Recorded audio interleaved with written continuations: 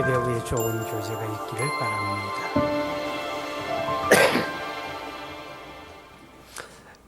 우리가 신앙생활 할 때에 어떤 사람은 신앙생활을 수동으로 하는 사람이 있고 어떤 사람은 자동으로 하는 사람이 있습니다. 짐을 싣고 가는데 손수레에다가 짐을 싣고 끌고 밀고 간다고 생각을 해봐요. 힘들겠죠. 땀이 뻘뻘 나겠죠. 주저앉고 싶을 거예요. 그런데 짐이 아무리 많아도 자동차에다 싣고서 운전을 해서 간다면 별로 그렇게 힘든 게 없어요. 우리 신앙생활도 그렇습니다. 자기 의지를 가지고 신앙생활을 하려고 노력하게 되면 힘이 들어요. 견디기 어려워요. 포기하고 싶어질 때도 있어요. 그런데 우리 신앙생활에 하나님의 성령에 충만하게 되고 성령의 이끌림을 받기 시작하면 신앙생활은 자동화되는 겁니다. 내가 할 수 없는 일을 하게 되어지는 거예요. 도무지 감당할 수 없는 것 같은데 감당하게 되어지는 것입니다. 그래서 하나님의 사람들이 하나님의 성령으로 충만해야 되는 겁니다. 우리가 예루살렘 교회를 보게 되면 하나님의 성령이 강림하시고 성령의 충만함을 받은 사람들이 신앙생활하는 거 보세요. 그들은 말하는 것도 성령이 말하게 하심을 따라 말하고 있잖아요.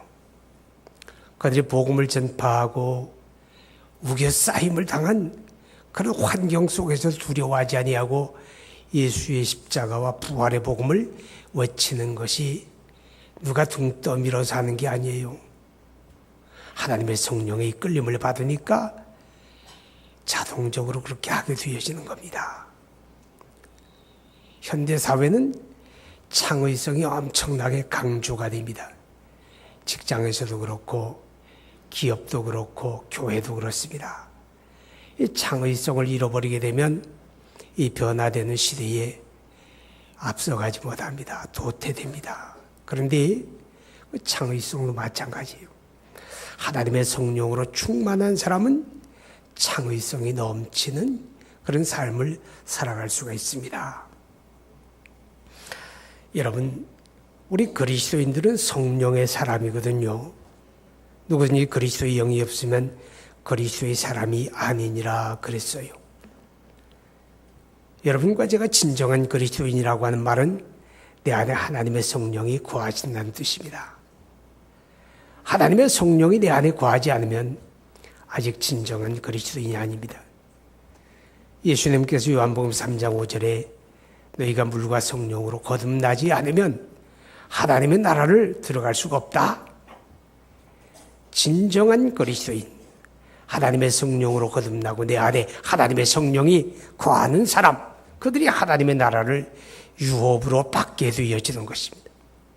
그들이 진정한 그리스도인, 그들이 진정한 하나님의 교회를 이루는 그런 구성원이 되어지는 것입니다. 우리가 교회를 이야기할 때 교회는 예배당을 이야기하는 게 아닙니다. 아무리 화려하고 엄청난 예배당이 있다고 해도 그것은 교회가 아닙니다. 교회는 사람이고 어떤 사람이냐 하면 하나님의 성령의 충만함을 받은 사람들입니다. 그렇기 때문에 그 교회 공동체는 하나님의 성령이 주장하는 것이고 하나님의 성령이 주장할 때 교회는 교회다워지는 것이고 건강한 교회가 되는 것이고 세상을 밝히는 승리하는 교회가 되어지는 것입니다. 우리 안에 하나님의 성령이 거하지 않으면 우리는 아무것도 아니에요. 성령이 내 안에 거하시기 때문에 우리 그리스도인들을 가르쳐 하나님의 성전이다. 하나님의 성령이 너희 안에 거하시는 줄 너희가 알지 못하느냐. 그렇게 말씀을 하는 것입니다. 오늘 읽은 말씀 18절에 보게 되면 술 취하지 마라. 이는 방탕한 것이니 오직 성령의 충만을 받으라. 그렇게 말씀을 합니다. 여러분, 성령의 충만함을 받는 게 뭡니까? 이미 내 안에 하나님의 성령이 거하시는데 또 무엇 때문에 성령의 충만을 받아야 합니까? 그것은 다름이 아니라 내 안에 거하시는 하나님의 성령이 나를 인격적으로 주장하고 나를 지배하고 나를 이끌어갈 수 있는 것을 성령에 충만한 사람이다. 그렇게 말하는 것입니다. 하나님의 성령이 내 안에 계실지라도 내가 그 성령 앞에 나를 굴복시키지 않으면 성령은 우리를 지배하지 않아요. 성령은 인격적인 분이시기 때문에 강제적으로 강압적으로 나를 지배하거나 나를 주장하거나 그러지는 결코 않는다고 하는 것입니다. 우리가 성령의 지배를 받을 때 성령을 따라 살 수가 있는 겁니다. 갈라디아 5장 16절에 너희가 성령을 따라 행하라. 그리하면 육체의 욕심을 이루지 않겠다. 그렇게 말씀을 합니다. 우리가 살고 있는 이 시대의 풍조가 뭡니까? 오늘 성경에 보면 술 취하지 말라. 이는 방탕한 것이니 그렇게 말씀을 해요.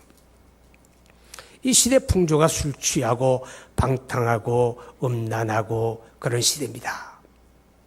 그런 시대 속에 사는데 하나님의 사람들이 어떻게 살기를 원하느냐? 데살로니가전서 4장 3절에 보게 되면 하나님의 뜻은 이것이니 너희의 거룩함이니라. 하나님은 우리가 이 땅에 살아가지만 이 세상의 풍조에 휩쓸려 살지 않고 그것들로부터 구별되게 거룩하게 살아가기를 원하고 그게 하나님의 뜻입니다. 어떤 사람이 그렇게 살 수 있을까요? 우리가 결심하고 그렇게 살겠다고 다짐하고 그 필요합니다. 그러나 그것만으로 되는 건 아니에요. 하나님의 성령에 붙들려지고 성령으로 충만하지 않으면 우리가 결코 이 시대 풍조를 거슬려 거룩함으로 살 수가 없다 하는 것입니다. 오늘 성경에 보게 되면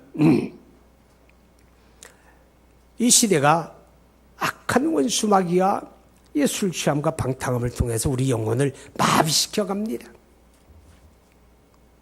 영혼이 마비되는 게 뭐예요? 내가 죽을 병에 걸려도 죽는 줄 모르는 게 마비입니다.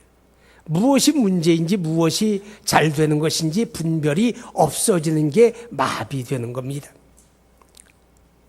저도 치아가 좋지 않아서 가끔 치과에 들리는데 제가 제일 가기 싫은 데가 치과예요. 치과에서 특별히 마취 주사를 놓을 때 잇몸에다가 마취 주사를 찌르게 되면 꼭 면도칼로 찢는 것 같은 건 통증이 느껴지고 아주 싫어요. 드릴 이빨을 갈아갈 때 그 드릴 소리가 아주 듣기 싫어요. 그래서 가기 싫어. 마비를 시켜버리게 되면 느낌이 없어지잖아요. 마귀가 이 시대의 사람들을 술 취하고 방탕하게 해서 영혼을 마비시켜버리니까 내가 지금 멸망으로 가는지 알지도 못하고 그렇게 가고 있다 하는 것입니다. 하나님의 성령 충만해야 돼요. 성령 충만한 그리스도인들이 마귀의 권세를 깨뜨리게 되고 성령 충만해야 이 시대 속에 거룩하게 살 수가 있습니다. 오늘 성경에 보면 17절에 16절에 세월을 아끼라 때가 악하니라. 그러므로 어리석은 자가 되지 말고 오직 주의 뜻이 무엇인가 이해하라. 그렇게 말씀을 합니다. 세월을 아끼라는 말은 세월을 낭비하지 말아라 그 말이. 낭비할 시간이 없어요. 술 취하고 방탕하는 게 세월을 낭비하는 거예요.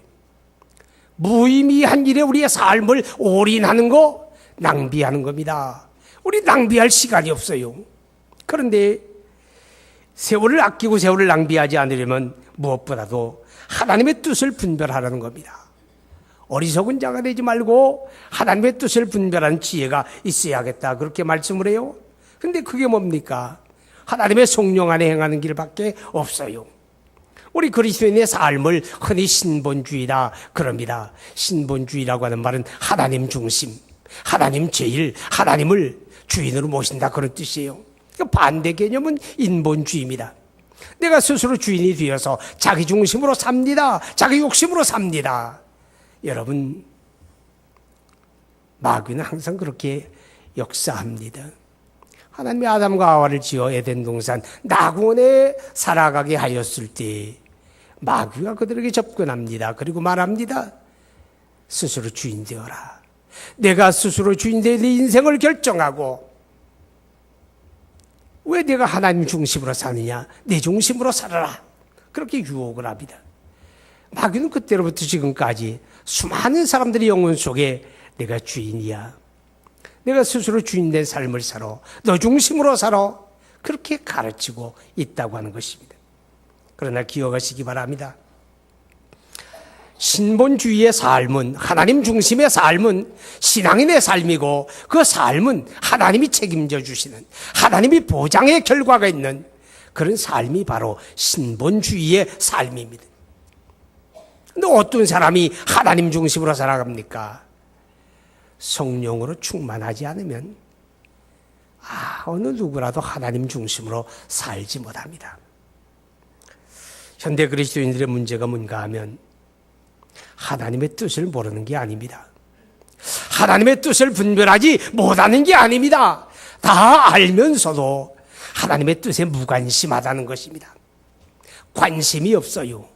그냥 내가 원하는 일이면 하나님의 뜻이든 아니든 하는 겁니다. 내가 기뻐하고 내가 좋아하는 일이면 하나님의 뜻이 아닐지라도 별로 상관하지 않습니다. 신경 쓰지 않습니다. 그렇기 때문에 우리 삶에 하나님의 권세와 능력을 나타내지 못합니다. 우리 삶이 하나님의 보장 안에 있지 못합니다.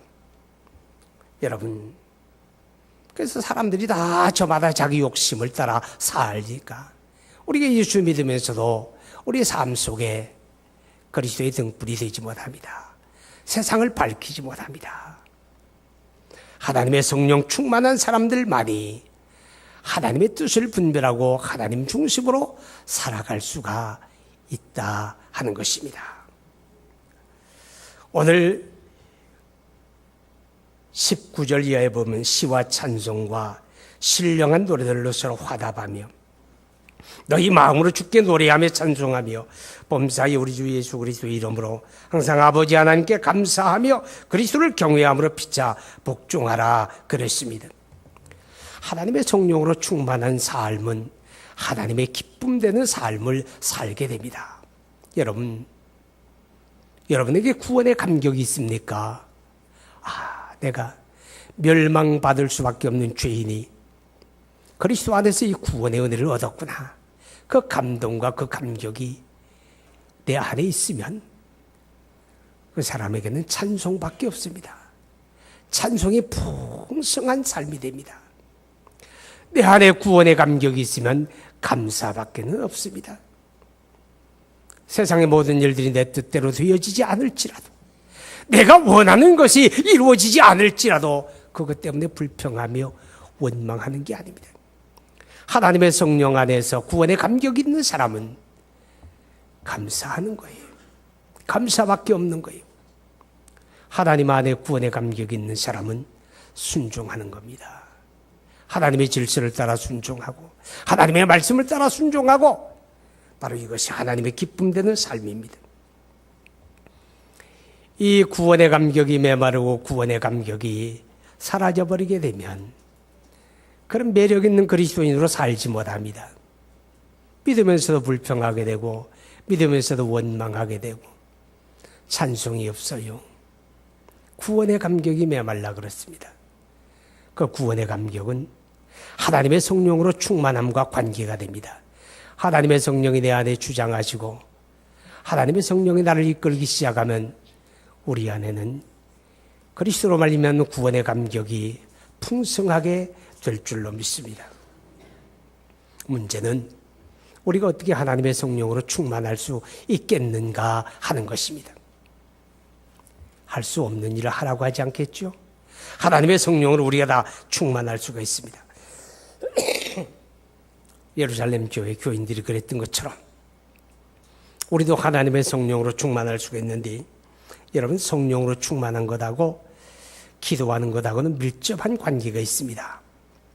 바꾸어 말하게 되면 기도하지 않으면 결코 성령 충만할 수가 없다 그 말입니다. 예루살렘 교회가 탄생하고 하나님의 성령이 임하실 때 보세요. 기도하는 사람들에게 임합니다. 예수님의 약속을 따라 너희가 예루살렘을 떠나지 말고 내게 들은 바 아버지 약속하신 성령을 기다리라. 주님의 약속을 받은 사람들이 요한의 다락방에 모여서 120명의 사람들이 전심으로 기도합니다. 하나님의 약속한 성령이 임하기를 기다리며 기도하 열을 되던 날에 하나님의 성령이 그들에게 강림하시고 그들이 다 하나같이 성령의 충만함을 받게 되어진 것입니다. 여러분, 기도 없이 성령 충만함은 없어요. 우리가 하나님의 성령을 필요로 하는, 그렇습니다. 하나님, 내가 성령 충만하지 않고는 안 되겠습니다. 하나님의 성령 충만함을 원합니다. 사모하는 마음으로 우리가 그렇게 기도하고 간구해야 됩니다. 예루살렘 교회가 처음으로 핍박에 직면하게 됩니다. 4장에 보게 되면 베드로와 요한을 예루살렘 공회가 체포하여 드립니다. 그리고 그들에게 회유하고 핍박하고 협박하고 공갈칩니다. 예수 이름을 말하지 말아라. 예수 이름을 전하지 말아라. 내가 이번은 용서하겠지만 또 한 번 더 예수를 전하다가 붙들리면 그때는 용서 없어. 그리고 베드로와 요한을 이제 훈방 조치합니다. 그 소식을 들은 예루살렘 교회가 하나같이 모입니다. 그리고 하나님 앞에 기도합니다. 하나님, 오늘 저들이 위협함을 하감하옵소서. 그러나 우리가 두려워하지 아니하고 그리스도의 십자가와 부활의 복음을 담대하게 전파하기를 원합니다. 예수의 이름으로 표적이 일어나기를 원합니다. 간절하게 기도하는데 기도하는 그들에게 하나님의 성령이 다시 임하십니다. 그리고 그들이 성령의 충만함을 받고 협박을 당할지라도 주저하지 아니하고 그리스도를 외치는 그런 모습을 보게 됩니다. 또 사도행전 8장에 보게 되면 예루살렘의 핍박이 가해지게 되니까 사도들을 제외한 많은 그리스도인들이 동서사방으로 흩어지게 됩니다. 갑자기 복음의 세계화가 이루어지는 거예요. 그들이 사마리아로 가고 그들이 유대 각지로 흩어지고 예루살렘 밖으로 벗어납니다. 근데 그들이 가는 곳곳마다 성령 충만한 사람들이니까 조용히 있을 수가 없는 거예요. 모든 흩어진 곳에서 그들이 스스로 복음을 전하며 복음의 불씨가 됩니다. 동시에 온 천하에 그리스도의 복음이 편만하게 되어지고 곳곳에 하나님의 교회가 이루어지게 됩니다.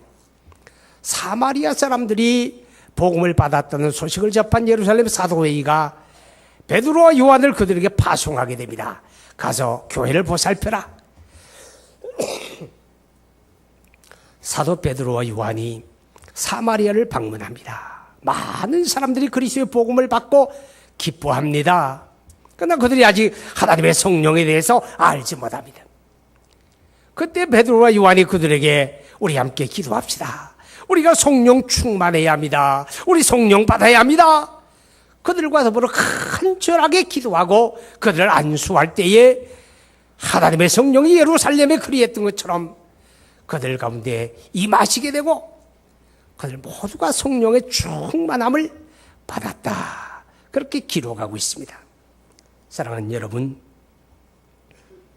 말세의 하나님의 교회는 성령이 주장하는 교회가 되어야 합니다. 사람의 생각과 사람의 방법과 사람의 목적이 교회를 좌지우지하는 게 아니라 오직 하나님의 성령이 교회를 주장해야 교회는 교회다워지게 되고 세상을 이기게 되고 하나님의 등불이 됩니다. 교회를 하나님의 성령이 주장하려고 할 때 여기에 필요한 것은 기도의 헌신자들이 필요한 것입니다. 예루살렘의 120명의 사람들처럼 전심으로 하나님 앞에 기도하는 사람들이 필요합니다. 하나님은 기도하는 그들을 통하여 역사하시기 때문에 그렇습니다. 교회는 말 잘하는 사람들도 필요하지만 그러나 그들이 기도하지 않으면 그들은 세상의 도구밖에 되지 않습니다. 말 잘하는 사람이 필요하지만 그들이 성령으로 충만하지 않으면 그들이 기도하지 않으면 마귀의 도구밖에는 되지 않습니다. 기도해야 합니다. 기도하는 권사님들이 필요하고 기도하는 집사님들이 필요하고 기도하는 교사, 기도하는 찬양대원들이 필요합니다. 우리 하나님은 그런 기도하는 사람들을 통해서 성령으로 충만하게 하시고 교회를 교회되게 하나님이 하시는 것입니다.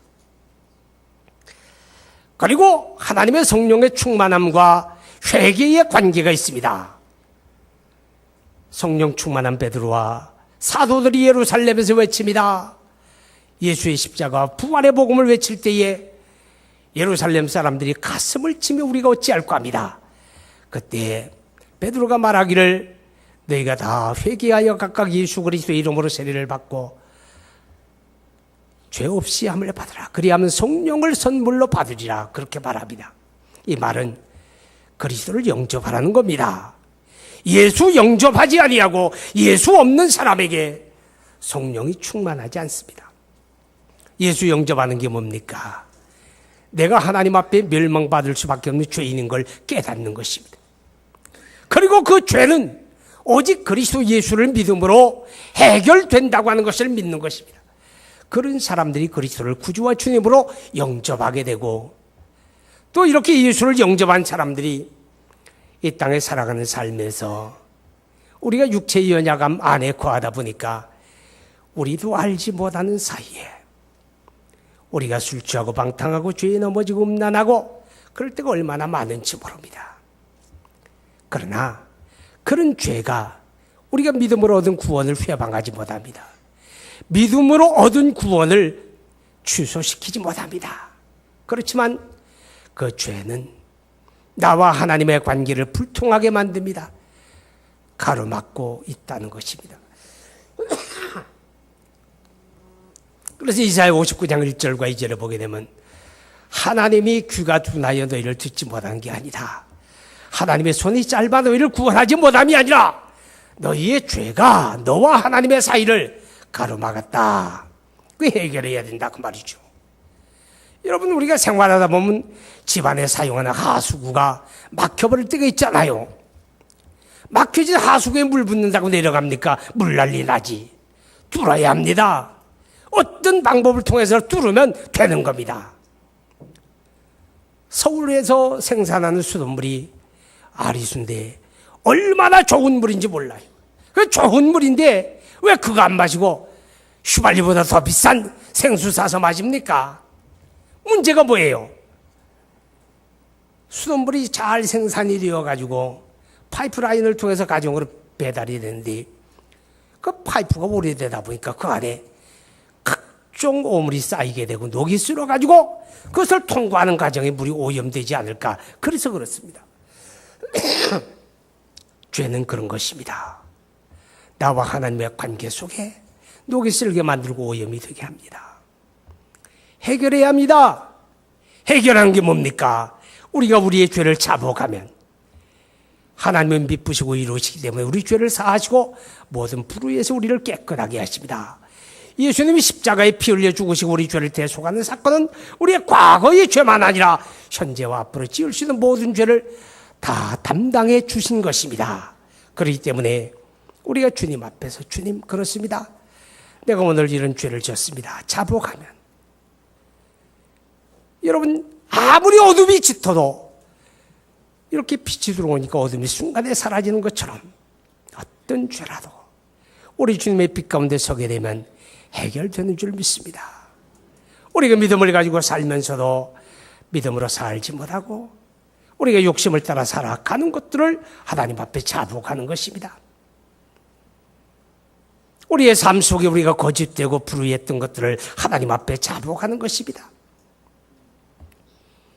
하나님이 우리에게 이웃을 사랑하라고 말씀하지만 우리에게 이웃을 사랑하지 아니하는 삶을 자복하는 것입니다. 우리가 거룩한 직분을 받았음에도 불구하고 직분에 충성하지 못한 거 자복해야 합니다.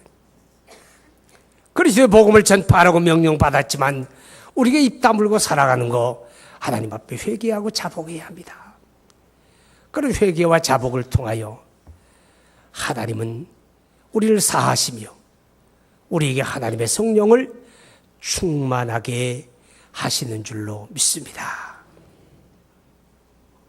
그리고 우리가 하나님의 성령 충만하려고 할 때 감사하는 생활과 관계가 깊습니다. 오늘 읽은 말씀 가운데 범사에 우리 주 예수 그리스도의 이름으로 항상 아버지 하나님께 감사하며 그랬습니다. 여러분 하나님의 성령이 보혜사 성령이 강림하실 때 오순절 날에 강림했다는 거 기억하지요. 오순절 날이라고 하는 말은 유대인의 명절 가운데 77절을 말합니다. 6월절로부터 7주가 지나서 50일째 되는 날을 77절이라 그러고 77절은 맥주감사절이에요. 하나님 앞에 감사하는 명절입니다. 하나님의 성령이 이 땅에 강림하는데 하나님의 성령이 강림하신 날이 바로 감사절이었습니다. 여러분, 그 말은 그냥 감사절이 우연하게 하나님의 영이 임한 게 아니라 바로 하나님의 성령이 충만하게 되면 감사하는 사람이 되고 감사하는 사람들에게 성령이 충만하고 역사한다, 그런 뜻입니다. 여러분,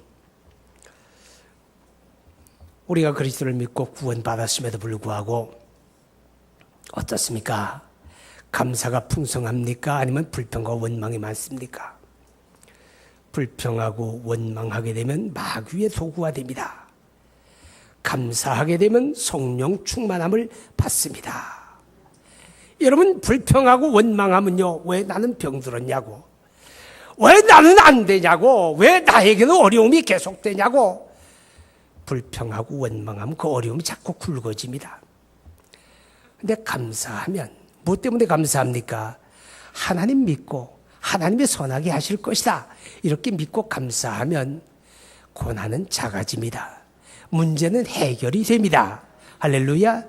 그래서 감사할 때 하나님의 성령의 충만함을 받습니다. 오늘 여러분 한번 살펴보세요. 왜 내가 하나님의 성령으로 충만하지 못할까? 그것이 감사와 관계가 되어 있지 않을까? 우리 한번 깨달을 수 있는 시간이 되어지기를 바랍니다. 그리고 하나님의 성령으로 우리가 충만하려고 할 때 하나님의 말씀을 듣고 순종하는 것이 관계가 됩니다. 여러분, 사도행전 10장에 보게 되면 사도 베드로가 고넬료의 집에 청함을 받습니다. 고넬료와 그의 가족들이 함께 모여서 베드로가 전하는 말씀에 귀를 기울입니다. 베드로가 그리스도의 십자가와 부활의 복음을 그들에게 전합니다. 그들이 한결같은 마음으로 말씀을 받습니다. 그런데 그때에 하나님의 성령이 말씀을 받는 그들에게 임합니다. 그들이 다 성령의 충만을 받습니다. 여러분, 우리가 하나님의 말씀을 성령의 검이라고 하잖아요. 무슨 뜻입니까? 하나님의 성령이 그 말씀 안에서 말씀을 가지고 역사한다는 뜻입니다. 하나님의 성령이 이 말씀을 기록했고, 이 말씀을 기록하신 성령이 이 말씀을 가지고 말씀 안에 역사하는 거예요. 그러니까 우리가 하나님의 성령으로 충만하려고 할 때 무엇보다도 하나님의 말씀을 친근히 해야 합니다. 우리의 삶에서 늘 성경을 읽고 가까이 하십시오.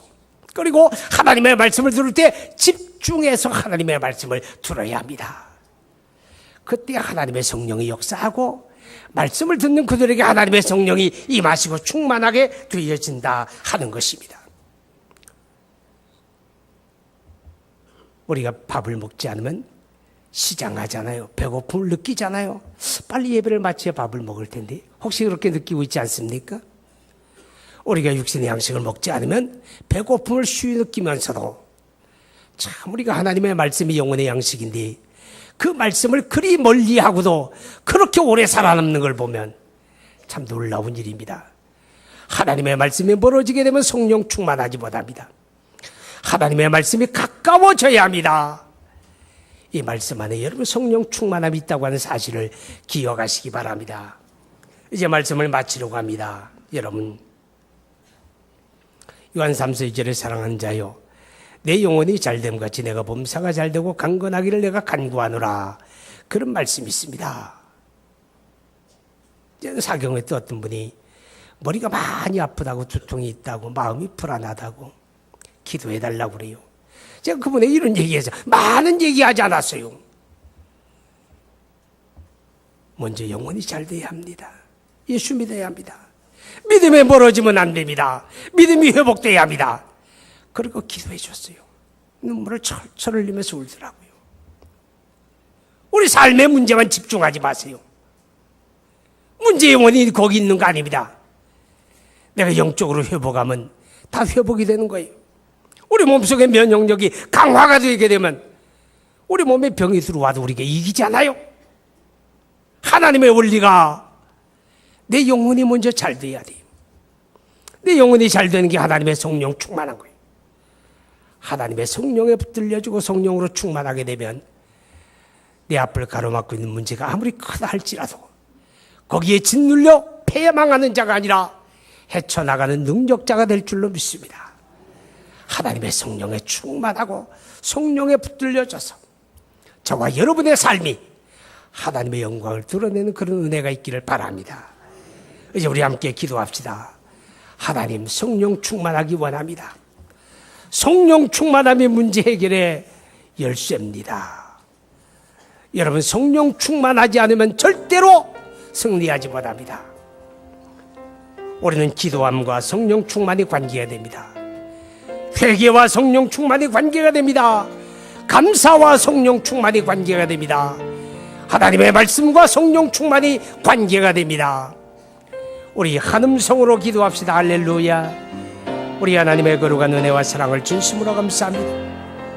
오늘 주님의 복된 날을 맞으며 하나님을 예배할 수 있게 하심을 감사드리고 우리가 하나님의 성령에 충만해야 한다고 말씀해 주었습니다. 하나님 아버지, 우리가 우리의 의지를 가지고 신앙생활을 하려고 할 때 얼마나 힘든지 모릅니다. 그러나 성령으로 충만하게 되면 우리 신앙생활이 자동화되어지고 우리가 힘들고 어려운 일을 믿음으로 감당하면서도 감사할 수 있음을 깨닫습니다. 하나님 아버지, 하나님의 교회를 하나님의 성령이 주장하시고 우리를 하나님의 성령이 주장하기를 원합니다. 하나님 아버지, 우리가 하나님의 거룩한 말씀을 듣고 순종하는 것과 관계가 되고 우리가 회개하는 것과 성령 충만이 관계가 됩니다. 감사하는 것과 성령 충만이 관계가 되고 기도하는 것과 성령 충만이 관계가 됩니다. 말을 많이 하는 사람보다 기도 많이 하는 사람이 되기를 원하며 하나님, 감사하는 사람이 되기를 원하며 우리 하나님의 말씀을 믿음으로 받으며 하나님의 말씀을 친근히 하게 되기를 원합니다. 아버지여, 내 영혼이 잘됨 같이 몸사가 잘되며 강건하리라고 했습니다. 눈앞에 있는 문제만을 집중하지 말고 내 영혼의 강건함을 집중하게 하여 주시고 우리가 하나님의 성령에 붙들리고 성령으로 충만해서 참으로 창의적인 삶을 살아가며 하나님의 능력의 도구가 되어 살아가며 세상을 이기며 살아가는 하나님의 영광을 드러내며 우리 하나님의 보장하는 삶을 살아가는 주의 권속들 되어지게 되기를 간절히 원하고 오늘 우리 가운데 약한 자, 병든 자, 상한 자들 주께서 긍휼히 여기소서. 우리 하나님의 성령의 충만함을 허락하여 주시고 치료하는 여호와의 광선을 비추어 그들의 아픈 곳이 나음을 받으며 치료함을 받으며 강건하게 하여 주옵소서. 어둠의 세력이 예수의 이름으로 물러가며 태산 같은 문제일지라도 주의 권세 아래 깨트림을 당하게 하여 주옵소서. 예수님의 이름으로 기도하옵나이다. 아멘.